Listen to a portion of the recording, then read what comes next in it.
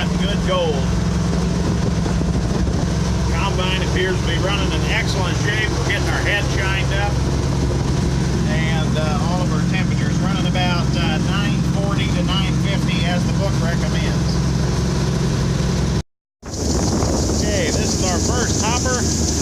Bear in mind that we were still getting our air set up. So there was a lot of trash in it. You gotta love running an old combine. A lot of work. People start looking at you like you're crazy. That's when it gets fun. Head's nice and shined up now. We knocked off the buckwheat acumpucky. Got a nice golden field to do here.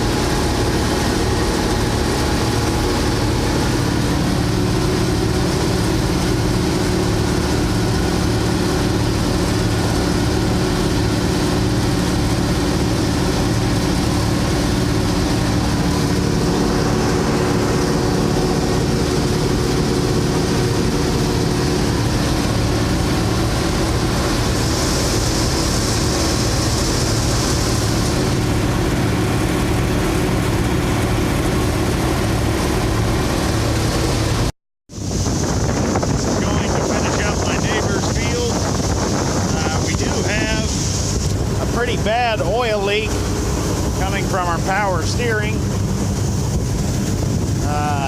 All Masseys are oily. We all know that from our rebuild series, but just kind of keep putting more in, and we'll try to stop it up as best we can before we decide to cut our wheat and veg. Okay, we got the mission accomplished. Hopefully that'll turn up on camera. Yeah, there it is. You can see it on the dark background. You obviously can't go and cut all day with that happening. We just kind of kept adding oil today to get our neighbors done. Get the neck all oily.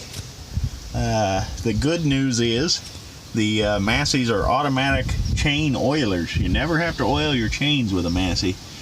That's a factory setting there. We're going to see what it is. We're going to pull the steering column apart and see if we can diagnose it. Alright, we've changed our Charlene power steering unit. We used one out of a junker. Pay no mind to that rattling. I got it all installed. Thought, hallelujah, here we go. Rock and roll, as they say. And one of our steel lines under the saddle tank, of course, because that makes it more fun, just started peeing everywhere. You know, always wild. These things always happen, of course. Keep your chin up. But that's the next thing we're going to attack.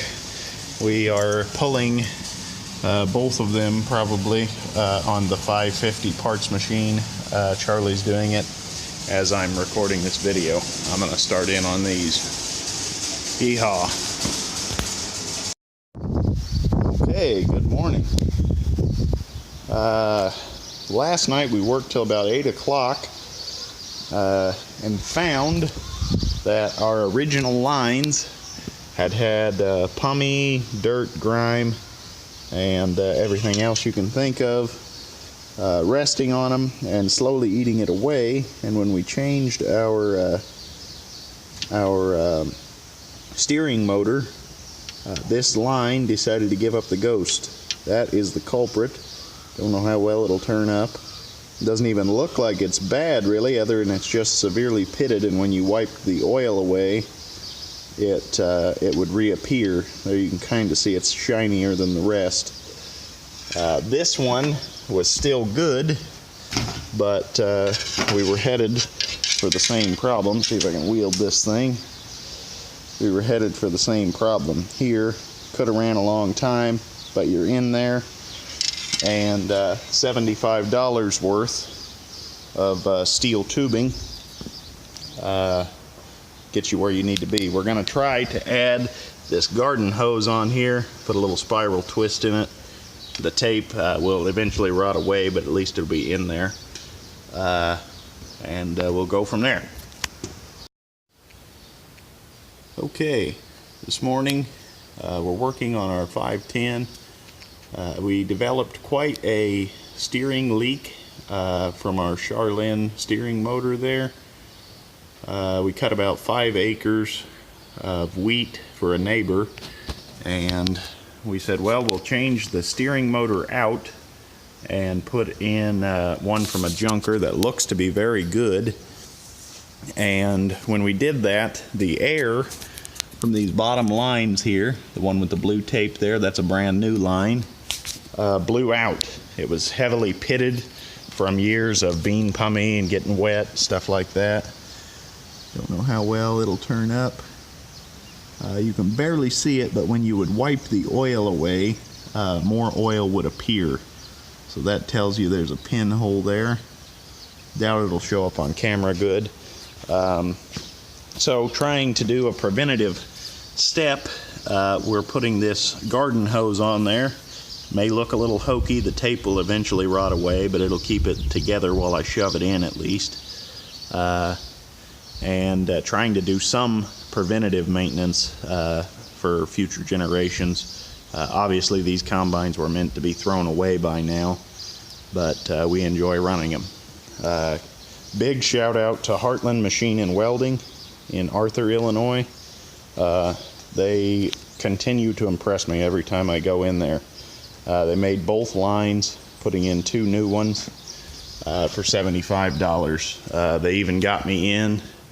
At first they said that I could pick them up in a couple of days, and I said, well, I've got a 30-mile drive, and they just said, well, let me see what the guy is doing, and got me right in. So big shout out to them. I don't tell them that I'm making a video or anything, don't want any preferential treatment, but they're real good guys to work with.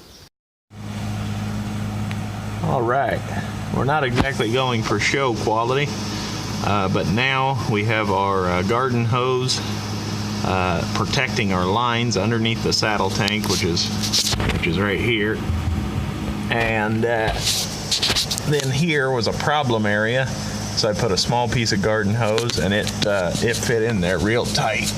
Can't hardly wiggle the line. There is a hold down right there, but we're not going to be able to get it back on. But like I said, we're not going for show quality here. Another thing to mention, leave all of your connections loose until you're finally ready and get every one of these little hold downs on. Really helps out a lot.